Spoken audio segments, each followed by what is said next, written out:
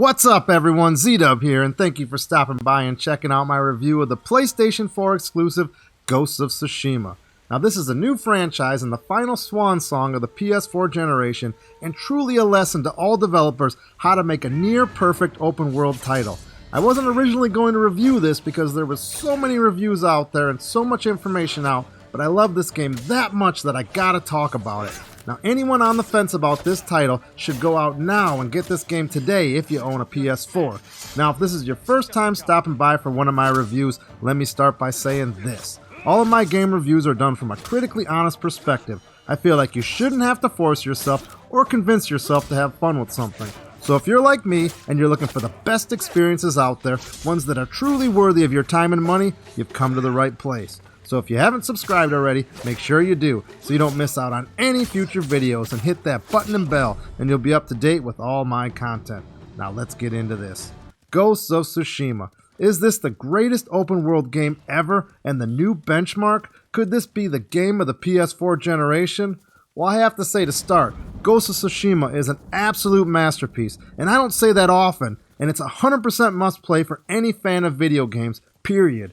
I would put this in the same category as God of War as one of the greatest games of this generation. Now, I find it hard to see a better game in 2020 than this from anything coming or that has already been released already. The reason I say that is this. This title is so absolutely refined and polished beyond what I would even expect from a Sony Studios game. And for an open world game, it somehow does not get repetitive, which is a feat in its own right.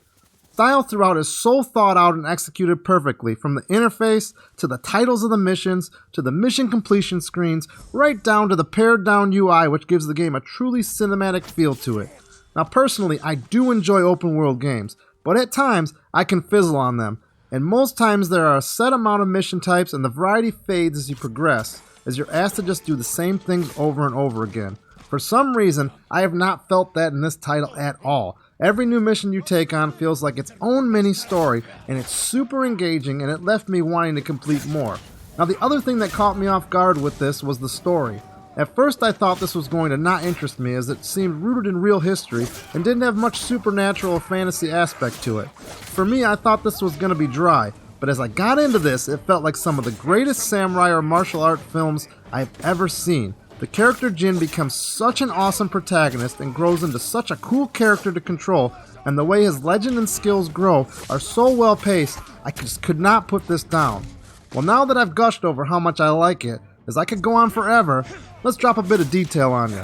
This game really teaches you as you go, and the way it hints at your controls, I feel is so well done that you could actually put this down and come back to it and not be totally lost, having to relearn everything like so many other open world games. The learning curve is very well done, and the combat and mechanics of the game is so approachable. The hinting system is always there to remind you of your skills, and it's executed when the game feels you're missing something or you've forgotten a certain mechanic. You can ratchet the difficulty up or play it casual, and even on its lowest setting the combat is super fun while still challenging. Now this is not as punishing as a Sekiro or a Souls game, but the combat to me was just as satisfying. You have several fight stances to toggle between based on the enemy type you're fighting, and you unlock these as you progress the story and kill Mongol leaders. Now you can upgrade various things based on your playstyle, from stealth to swordsmanship to various items to help you progress. Now the armor and sword upgrades are handled excellent as well. I did like how once you gathered enough materials for an upgrade, you would get a prompt that new upgrade is available, and you can use the map to see where the closest area to do the upgrade is at. That's a great quality of life improvement to the open world game system. Now the map is awesome, and it contains a fast travel that is available anytime to get back to a town you already visited, and in addition, as you look at your quest log journal, it'll tell you how far these areas are when you decide which mission you're going to take on.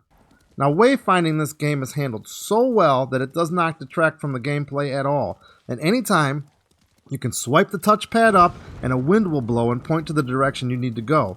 Also, after a portion of a quest is completed, a wind will just blow in the direction you need to go. It's so fluid that it really feels like part of the world and not an in-game overlay, once again adding to the immersion factor here.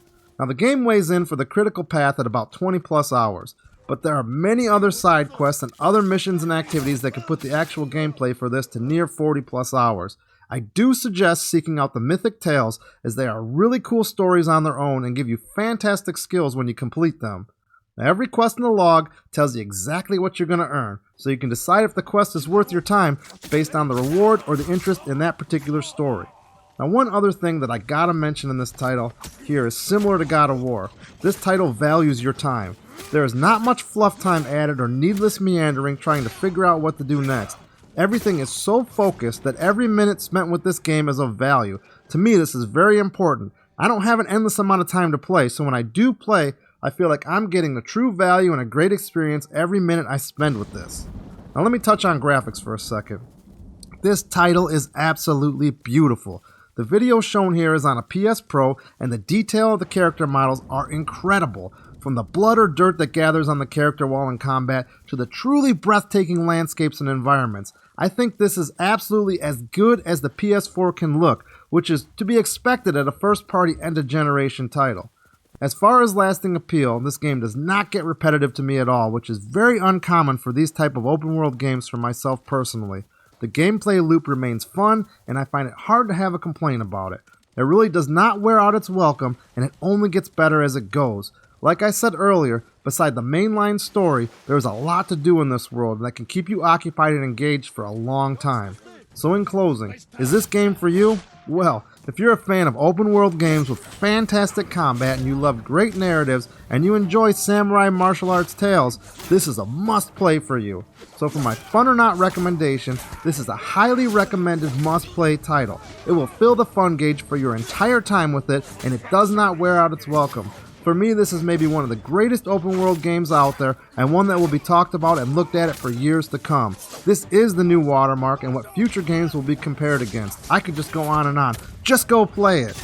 If you played this or have anything to say about it, let me know in the comments. I'd love to hear it. So thanks for stopping by and watching, and if you enjoyed this and you're interested in honest reviews focusing on whether a game is purely fun or not, or whether a game will wow you, subscribe so you don't miss out on any future gaming content. Well, I gotta get back into this battle, so I'll see you next time. This is Z-Dub, out.